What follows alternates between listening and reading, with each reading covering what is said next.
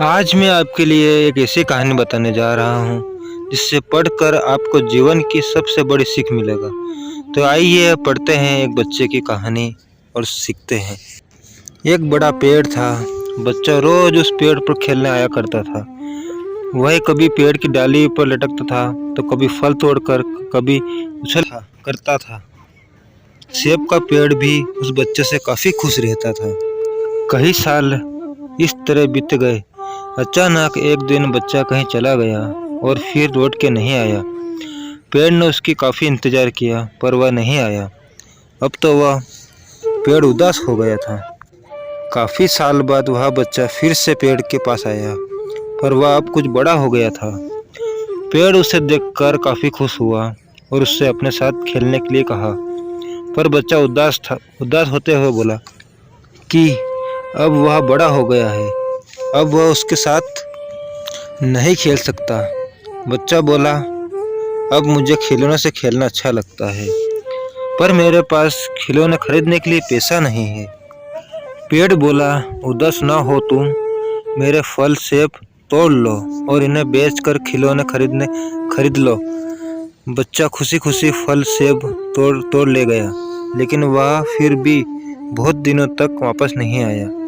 पेड़ बहुत ही दुखी हुआ। अचानक बहुत दिनों बाद बच्चा, जो अब जवान हो गया था, वापस आया। पेड़ बहुत ही खुश हुआ और उसे अपने साथ खेलने के लिए कहा। पर लड़के ने कहा कि वह पेड़ के साथ नहीं खेल सकता।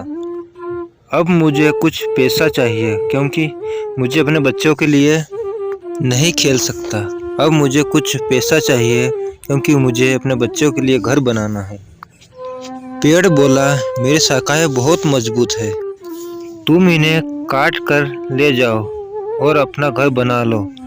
अब लड़के ने खुशी खुशी सारी शाखाएं काट डाली और लेकर चला गया।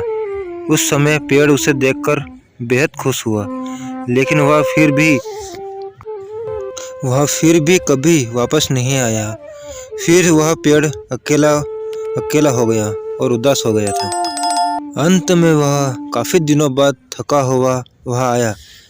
तभी पेड़ को उदास होते हुए बोला कि अब मेरे पास तो ना फल है और न ही लकड़ी, अब मैं तुम्हारी मदद नहीं कर सकता। बूढ़ा बोला कि अब उसे कोई सहायता नहीं चाहिए, बस एक जगह चाहिए जहाँ वह बाकी ज़िंदगी आराम से गुजार सके। पेड़ ने उसे अपने जड़ों में पनाह दी और बूढ़ा हमेशा वही रहने लगा। यही कहानी आज हम सब की भी। मित्रों, इसी पेड़ की तरह हमारे माता पिता भी होते हैं। जब हम छोटे होते हैं तो उनके साथ खेल कर बड़े होते हैं और बड़े होकर उन्हें छोड़कर चले जाते हैं और तभी वापस आते हैं जब हमें कोई ज़रूरत होती है। धीरे धीरे ऐसे ही जीवन बीत जाता है और हमें पेड़ के रूपी माता पिता की सेवा करनी चाहिए, ना कि सिर्फ उनसे फ़ायदा लेना चाहिए। इस कहानी में हमें दिखाई देता है कि उस पेड़ के लिए वह बच्चा बहुत महत्वपूर्ण था और वह बच्चा बार बार ज़रूरतों के अनुसार उस पेड़ के उपयोग करता था।